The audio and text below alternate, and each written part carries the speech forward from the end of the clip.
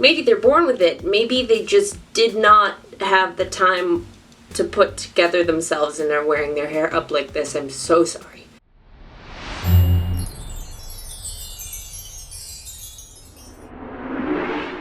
Hey everyone!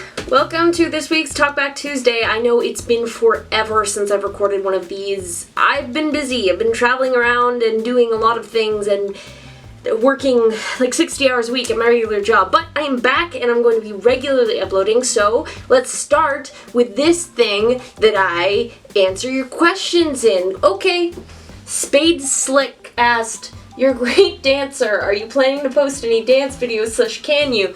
First of all, I don't know where you're getting your information from, but I am not qualified as a good dancer.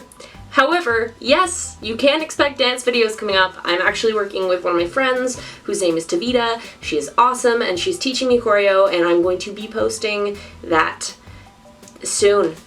So don't wait for it. It's not going to be great. I'm terrible. Grateful Cupcake said, "Was it hard to produce a scream like that in terms of preparation?" I'm assuming you're talking about Laugh's scream in episode 34 of Carmilla season 3. In which case, I didn't prepare that at all. We were running the scene for the first time with like full fight choreo, and they said, "Scream like your eye's getting ripped out." So I did what I did and scared everyone. Queer Vegan MS said, "I want to know what your favorite motivational or inspirational quote is." 1 second. Let me scroll back through my formative years on Facebook and tell you, because I put it as a quote once. This is a Cynthia Heimel quote that I have loved for years, and it's how I try to live my life, and this is it. "When in doubt, make a fool of yourself. There's a microscopically thin line between being brilliantly creative and acting like the most gigantic idiot on earth. So what the hell? Leap." Jess said, "Where in Europe are you visiting?" For those of you who don't know, I'm actually going to be traveling for work, so not any YouTube stuff related, like my actual job, through Europe. I won't be able to meet most of you, sadly, because I won't be able to do other things that aren't for my work, but I will be going through the UK, Spain, Portugal, and Italy, I believe. But good news is that I will be planning a meetup because I'm going to Glasgow at the end of my trip for personal stuff, and I'm going to be planning a Glasgow meetup there. It's going to be sometime in November, and I will let you know more about that. So if you're interested in coming to meet me and you live kind of close to there, that's the best I could do. I'm really sorry. Emily Cranwell said, "Who is the bae?" Who do you think it is? Pathetic Artist, that's not nice, said, "Any updates on Couple-ish?" Actually, yes. So for those of you who don't know, Couple-ish Season 2 has been in the works for a while. Good news is, all the scripts are written. The entire 22 episode season's done. We're looking to cast this amazing new character that I'm very excited about. Funding-wise, here's some updates. 1, we pitched it literally everywhere we could. Finding funding's very hard, and we had a taker. And I said no in the end, because in order to take this type of funding, I would have had to take season 1 off of YouTube, and there would be literally no guarantee that season 2 would ever see the light of day, because it would be a TV thing, and the way those things kind of work is you can get optioned, but you can literally never ever ever see your work come to fruition, and that's not what I wanted to do. A, because I didn't want to take something that has representation that's really important to me and a lot of people off the internet where it's easily accessible, and 2, I really wanted the story to be told in a way that it would actually be guaranteed to be out there. So what that means is we will unfortunately be kickstarting for season 2 in the next couple of months. It'll be a 22 episode season.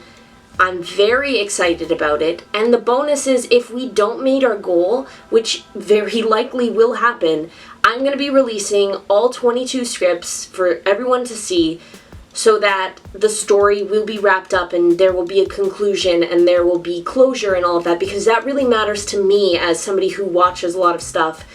I don't think Dee and Rachel's story and Amy's story and everyone's story is wrapped up yet, and I really want that kind of feeling of seeing these characters, knowing these characters, and knowing that they have closure and they have what they need. So that's an update. not the best update, but I really thought it was important to stay true to what I believe in and what I think needs to be out there, and I didn't want to take away representation in order to potentially make some money. It wasn't worth it. Not to me, not to anyone who works on the show, and I hope you can respect that. Gem So Spooky said, can we get more poetry? Love your writing. First of all, thank you so much. That means the world. Second of all, you will be getting more poetry soon. I will be premiering a new slam poem about being non-binary called X Marks the Spot at Buffer Festival this Sunday at a screening, and then it will be released to the public on Monday. So if you can't go to Bufferfest, expect new poetry next Monday. Lucy Morris said, how do I remember to use the right pronouns with my non-binary crush? I keep saying she by accident and hate that I forget. I'm going to tell you something that my parents have actually been using because they've been getting so good with respecting my pronouns and my identity and all of that. Thank you, Mom, Dad, love you a lot. If you're having a hard time with pronouns and you're really worried about misgendering, sometimes substituting the person's name in place of a pronoun will work for a while you get your brain adjusted around it. So, if, for instance, my parents will sub in K instead of she or her or they or them, just in order to kind of wrap their minds around it. And it works for me, and I really appreciate it because I know they're trying. Okay, and that's it for this week's Talkback Tuesday. I'm so happy to be back doing this, and I hope that you enjoyed this video, and there will be a Snapshot Australia coming out later this week, and then I will be taking you on my Bufferfest journey this weekend, and then through Europe on the trip that I'm going to be taking. And I'm going to be recording a bunch of new gin-terviews with a bunch of new people and some old people that you might love in the next coming weeks, so get ready for that, and I hope you all have a great day, and I will see you all soon. Ish. I just landed in Adelaide, and this is my place. I'm going to give you a little bit of a tour.